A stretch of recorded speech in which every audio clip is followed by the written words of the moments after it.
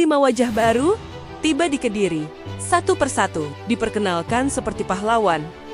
Tapi, apakah mereka solusi nyata saat Persik memborong pemain? PSIM diam-diam menyusun kejutan.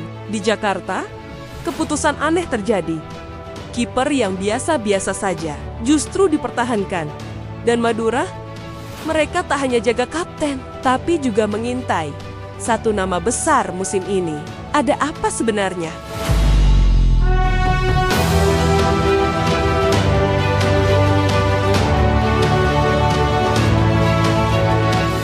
Persik Kediri bergerak cepat. 5 nama diumumkan dan semuanya punya cerita. Nofri Setiawan kembali, rambut mohoknya siap menggila. Govin Kwan Etsit, sang petualang. Kamila, sang wonderkid. Kini panggungnya kembali. Tapi satu nama bikin penasaran. Siapa sebenarnya Wiggy Pratama?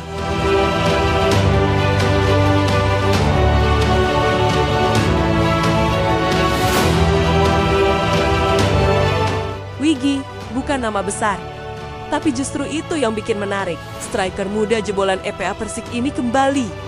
Bukan tanpa alasan, dia bukan pelengkap. Dia adalah teka-teki. Mungkinkah Ong Kim Sui melihat lebih dari sekadar kompetisi? Sebuah revolusi mungkin sedang disusun.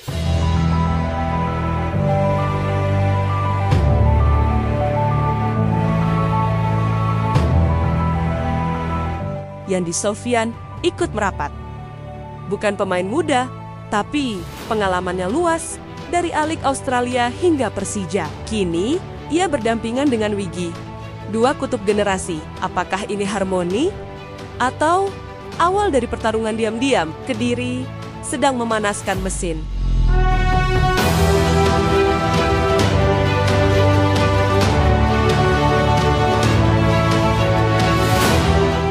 Sementara Persik terbuka, Yogyakarta malah menyimpan rahasia.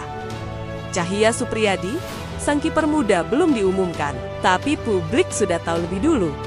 Bocor dari akun Timnas, sebuah ketidaksengajaan atau strategi halus? Yang pasti, Cahya kini jadi sorotan.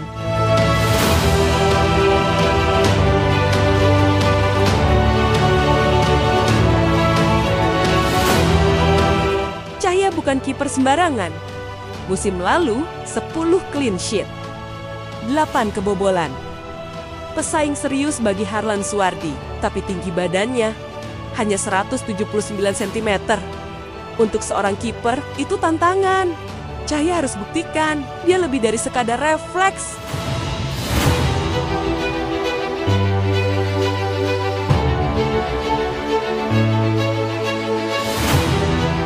Cahya, langganan timnas usia muda, AFF U19, AFF Senior, Piala Asia U20.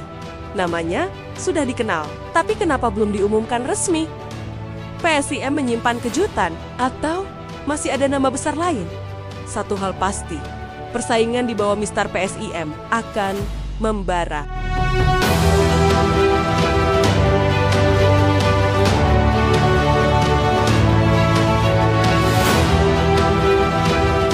Jakarta punya cerita lain. Carlos Eduardo tetap dipertahankan. Statistiknya biasa saja, cuma main 18 kali. Andri Tani malah 20. Tapi Eduardo diperpanjang. Alasannya dedikasi, bukan angka.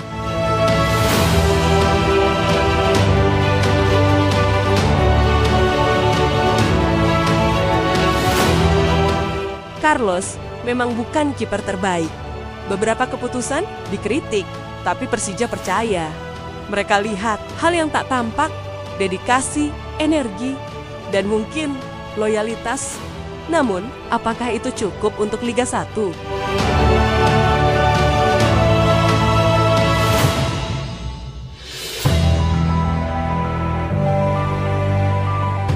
Carlos bahagia. Ini seperti pertama kali saya datang, katanya.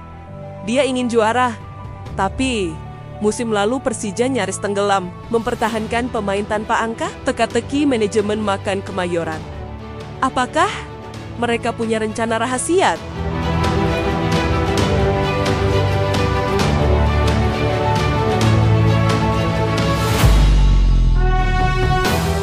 Pamekasan pun berdenyut.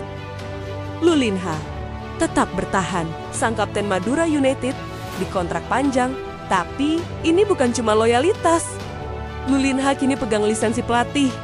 Apakah ini sinyal bahwa dia disiapkan untuk sesuatu yang lebih besar?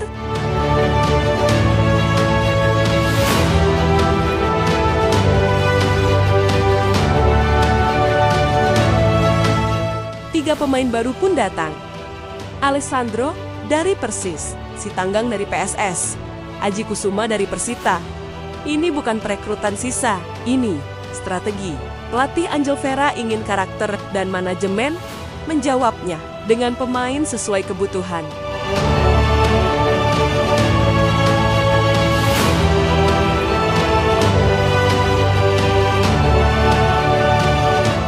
Tapi yang paling bikin penasaran, ex Persib disebut-sebut akan merapat. Namanya masih misteri, namun kabarnya itu David da Silva. Kalau benar, ini akan jadi transfer mengejutkan. David, si pemburu gol, kini berpotensi jadi rekan Lulinha.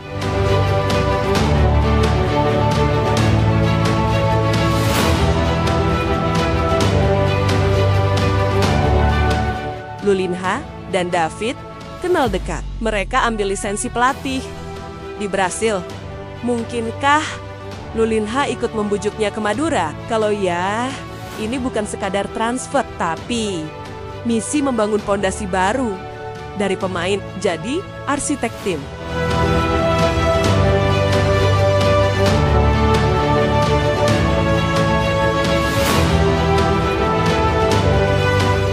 David adalah momok. Dulu menakutkan bagi Madura. Tapi jika kini dia bergabung, itu artinya Madura sudah siap berdamai dengan masa lalu. Siap menghadapi tekanan, siap menyambut ekspektasi tinggi. Pertanyaannya, akankah itu berhasil?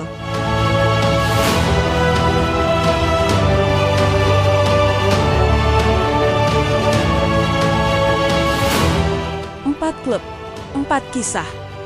Persik agresif, PSIM misterius, Persija sentimental, Madura strategis.